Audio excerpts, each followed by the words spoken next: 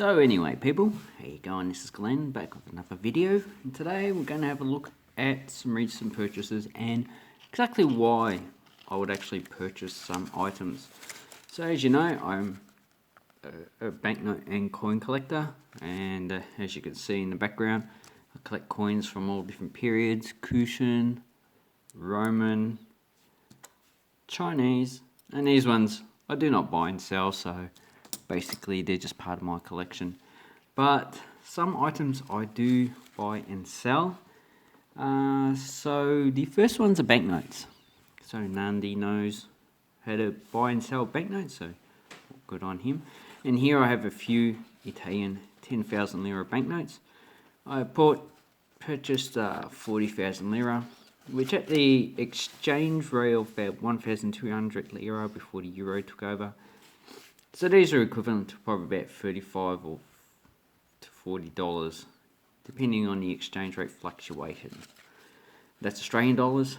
So, and I purchased these for $25 for the lot, and basically $2 postage, so about $27. So basically I'd probably sell these three that are actually in pretty bad condition, probably for about $10 each. So that's basically what you need to do: buy low, sell high, and $10 each, so that's about $30 for those. That's a pretty good price for these type of banknotes. And this one's in better condition, so this one's probably about $20. So, but I have a feeling that I'm going to keep this one and change it over with the banknote I already have. So this one's a 1978. So it says August 76, December 78. So they're the decrees from the Ministry of Finance. And these three here are actually 76. So it's got October 76 and August 76 as well. So yeah, that's basically what I do with those. Then I have a 100 Hong Kong dollars. This one is an exchange rate close to $20, but I got it for $10 plus $2 postage, so it's really, probably less than $2 postage actually. I got all these together, so the combined postage is better than postage separately. So this one I'll probably just spend in Hong Kong, because really it's not really that good condition. You can still get these in circulation in Hong Kong, and this is the old 2003 series. They were replaced by the 2010 series, and that's been replaced by the 2018 series. So this banknote is 2 series long gone, but people would still accept it in Hong Kong. It's up until about 2 years ago, about half the banknotes in Hong Kong were still this series. So anyway, that's nice. Then I have some Fiji, pretty high grade. Usually these are pretty hard to get, especially at $5 in pretty good condition. Probably very fine, lots of crinkles, and has some tears, but still legal tender for $5. And it's $1 respectively in Fiji. And this one is from 1987, from memory. And this one's from 1986, or it might be other way. This one might be from 1986 and 87, but it doesn't matter. Look on the internet to find out. And it's actually nice. Queen Elizabeth II, and on the back we have a market, Fijian market, with a cruise ship. Don't go on a cruise ship, you'll get it, you know. And then we have some fishing. Looks like they've got a fishing net, and they're actually dragging it to shore. Lots of fish jumping around in there. So these ones are probably about $15 to $20 you'll be paying for these. This one probably about $5, probably $10 for that banknote. I need to check the values on these, because I'm not too familiar with Fijian banknote values. And then in the background we have quite a lot of New Zealand coins. So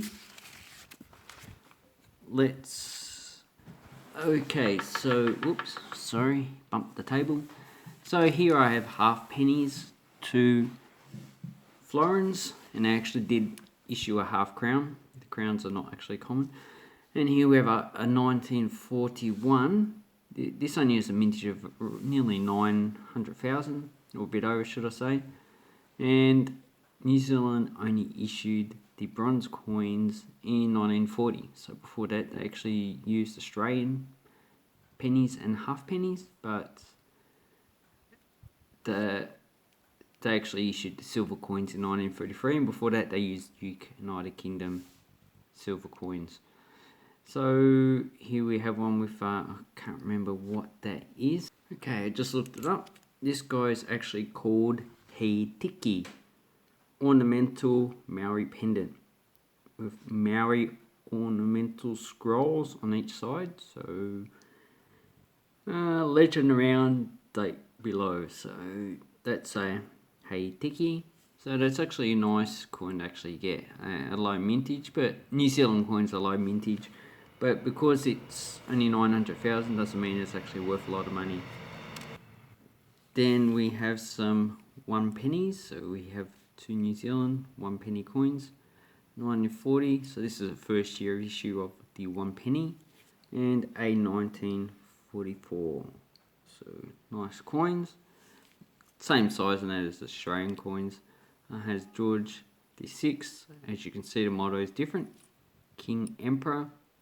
So, and this actually has the toy bird. Okay, Maori name Toi, standing on a branch of a kauhai tree. So it has 2 native plants that are only endemic to New Zealand, and endemic means it only occurs in New Zealand. So if an animal is endemic to an area, it means it doesn't occur in any other area, even if it's introduced into some other place. And then we have threepence coins. So all these are New Zealand coins, are pretty much the same size. Well, they are the same size as Australian pre-decimal. As you can see, I have a first year, and these have Maori clubs on it. And these are only 50% silver, which Australia at the time was 9.925% silver. So these pretty much have the silver value of Australian pre-decimal coins from 1946 to 63, 64. And if you have a look on the obverse, you can see King George. Now these are all low mint. I believe this threepence 1933 is about 6 million minted, so pretty low compared to Australian coins. And I can't remember what the mintage is of this one. I need to look that up. Okay, so the 1944 has 2.84 million, so quite a low mintage. But really, you're not really going to pay that much. Probably in this condition, probably about $4 to $5. Then we have some. We have a sixpence. So this is the last year of issue, 1965, and this one has the Hoya bird on a branch, so I'm not too sure what branch that is. And in 1947, New Zealand actually issued these in copper and nickel. So from 1947 to 65, they're just copper and nickel coins, like our 5-cent coin now. And that's actually quite a nice coin. And because this is the last year of issue, there's a mintage of 8 million. So people go on about the 1972 5 cents having 8 million coins, really collectible. This is 8 million coins in this one, but you can really pick it up for probably about $2 to $3 in this grade. So this is actually a very high grade here. Very nice. Pity about damage on the side. Then we have the shilling coins. So I've got 1934. So with 50% silver, this one has about $1.90 in silver value. And as you know, silver's actually tanked a bit. And it has 3.4 million coins minted. Then we have a 1935. pity about this one is actually bent. So you can see it's damaged and bent. Still has silver value though, so worth getting. And it has 1.68 million coins. And this one, even though it's damaged, you can probably sell it probably at $3 or $4, I would say, because of the low mintage. But if not, just knock it off for bullion value. And this coin here, probably very good grade, probably $5 to $6 for that one. And then we have two other coins. So there's a copper nickel. So we got 1960 and 65. Okay. Oh, and what I didn't say was this actually has the Maori, crouching Maori with a te aha, so a traditional Maori staff weapon. So it looks like a te aha. Looks like it's actually a type of spear with a pointed end at this end. Then we have leaves. This will be the protection for the hand so it doesn't slip on the spear part. Also the hold. Looks actually quite thick. And 1965. When I actually grade these coins, I grade them by how well I can see the lines on his covering there, so his clothing. So these ones are probably in very, very fine grade. And 1960 has a mintage of 600,000. So even though it has a mintage of 600,000, these are probably only worth about $1 or $2 each. 1965, it's a mintage of 3.5 million. Still low minted coins, but that low mintage is actually pretty normal for these pre-decimal coins from New Zealand at the time. And also you can see the reading on the side. Looks nice. Beautiful coins. I actually quite like New Zealand pre-decimal coins. And then we have the florins. So for all these coins here, I actually paid $10 plus $2 postage. And then we have a 1937 florin. So with Australian coins, they actually didn't issue 1937 because the changeover in monarch. But in New Zealand, they actually did issue them. And this one's pretty damaged. It has a silver value of about $3.80. It used to be about nearly $4, but you know it's dropped. This coin has a mintage of 1.19 million, so you can. In this condition, you're probably looking at probably about $15 to $20 for a coin like this. So that actually covers the purchase of this entire lot. And then we have a better grade coin. So this is a 1943. And this one, you can see the high grade here. You can see the eyes of the kiwi. So when I grade these coins, I grade it whether I can see the eye or whether I can see all of the lines on the back. And as you can see, it's actually in very good detail. And 1943 is actually one of the highest minted with 1.4 million. So that's actually pretty high mintage for New Zealand coins. And this one you're probably talking about, I don't know, $30 to $40 in itself because it's in a high grade. So these two florins actually cover the purchase substantially. And then we have a 1964 florin. So if you can see here, this one is 50% silver. This one is just copper nickel. And it's in pretty high grade as well. You can see the leaves on the reef on top of her head, and you can see a lot of the detail on the lines, and you can see the eyes. And this coin has a mintage of 2 million, but even though it has a lot of detail, still only talking about probably $4 or $5 for this coin. Even though it's a low mintage, it's in a higher grade, but still the number of collectors of New Zealand coins is smaller because the population of New Zealand is smaller. And also, there is not much demand for New Zealand coins itself. So, but I like them anyway, for people from across the ditch. Then we have some decimal coins. So here we have a 1 cent with a silver fern, which is the national plant of New Zealand. 72, I think there's like 10 million, so, but really, even probably about $1 for that. Then we have some 5-cent coins, and if you know anything about New Zealand, they don't use 5-cent coins anymore. This has the Tautara on it, which is one of the most primitive types of reptiles still around. And 67.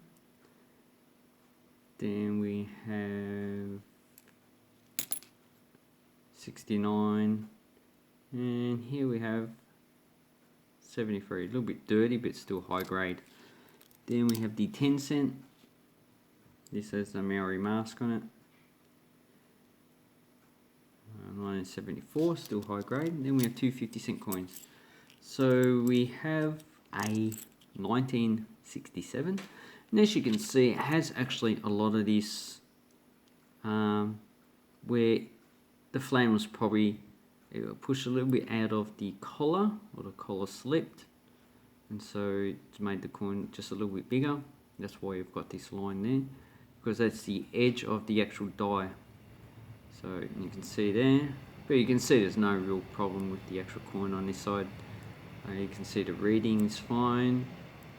And then we have some, not too sure if this is post-mint damage or if this is something problem with the dial or something problem with the actual flan itself, but anyway. Then we have the same on this side, and I've seen a few 1967 50-cent coins, and a lot of them seem to have this, so this adds no extra value to the actual coin. And there we have the Endeavour. Just remember, you can't spend these coins in New Zealand anymore. They're no longer legal tender since 2006. I think November 2006. You can only spend the smaller silver 50-cent coins. So that is 10 million. Still, you know, you're probably talking about $2 to $3, probably in good condition for that. Then we have this one, pretty much the same, and as you can see, this one's been minted with a lot more care. It doesn't have the double rim that you can see on the other coin, but this one is also a lot more worn. So 1971, I think there's 1,123,000, even though it has a low mintage. In Australia, the 1985 and 1993 coin of this mintage would probably cost, I've sold them for about $5 in worse condition than this. But this one, because it's a New Zealand coin, you're not going to get $5, probably about $2 to $3. Really. Demand and supply. There's enough supply, there's not enough demand. So anyway, so I hope you like this video. I know it's a bit long, but you know, collecting New Zealand coins and seeing what you can get off eBay and flog off again is actually very interesting. So I'd say thank you very much for watching my video, and have an awesome coin and banknote collecting time. Thank you, and bye bye.